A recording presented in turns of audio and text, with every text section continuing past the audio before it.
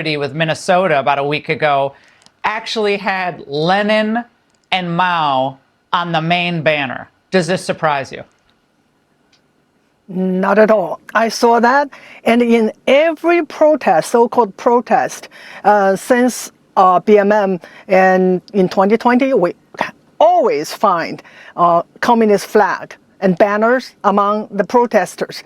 This is a communist revolution. I say that we had Marxist cultural revolution in this country for a long time, but this time in Minneapolis, it is communist insurrection. Well, Peter, you wrote a whole book about how China is infiltrating the United States, a silent coup. And this has Chinese fingerprints all over it, in my view. And it's not like you're going to have a direct line to the CCP. But given what you've witnessed and the revolutionary goals on the websites of some of these organizations, what's your sense? Yeah, there's no question there's an international component to it, and China's involved. There's an organization linked to the CCP in China called the Center for the Study of Marxist Parties in Foreign Countries.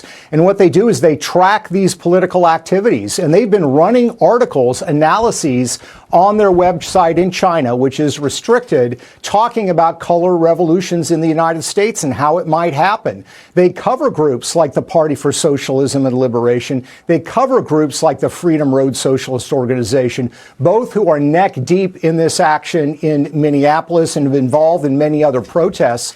The Freedom Road Socialist Organization has pledged its allegiance to the CCP. They have fraternal party ties, which means they're very close.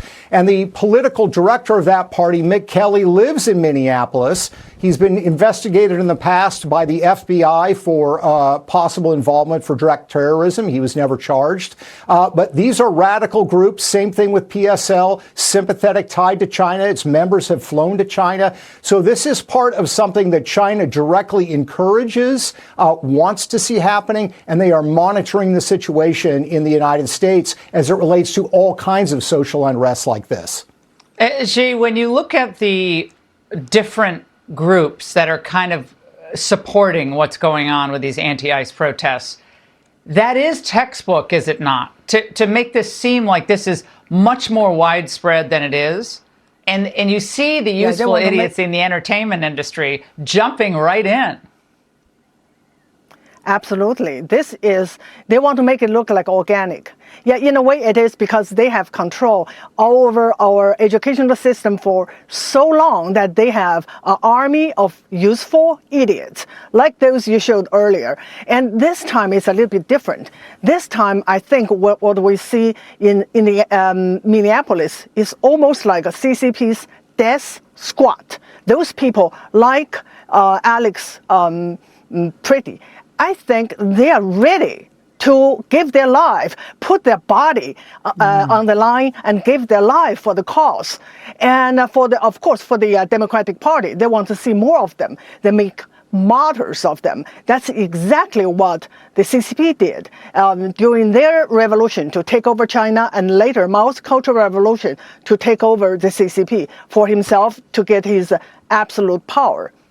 But Peter, what the creative types, apparently they don't know their history. Because what happened to the artists and the writers and the poets and the thinkers in the Cultural Revolution? What happened to them all?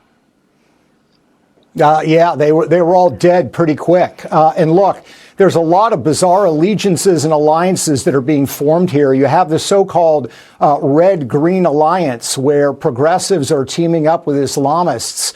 In my book, Laura, I quote Islamists as saying, look, this is a marriage of convenience. As soon as we've won, we're going to get rid of these guys. So, they need to be aware of the full extent of what's going on. These are revolutionaries. These are killers, and they are going to do what they need to seize power. That is what they say in their own words. And Xi, when you hear, their activists talk about, well, this is all nonviolent, and they use the language of nonviolent resistance, making it all seem like they're all Martin Luther King Jr. I mean, it's all just, they're sitting in on the back of the bus and that's it. And they're just folding their hands. But that's just a cover, is it not? Yes, this is always they quote non-violence, and they always put themselves on the higher moral ground, and they call this, save our democracy, and they call the illegals our neighbors, and they make it look like that the Americans should be on their side.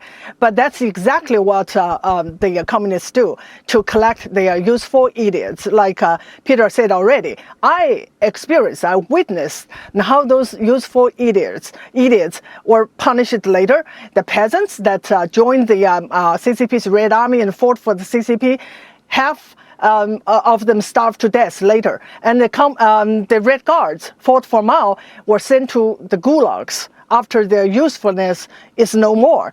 And this is a message I really desperately want to teach the left. Don't be.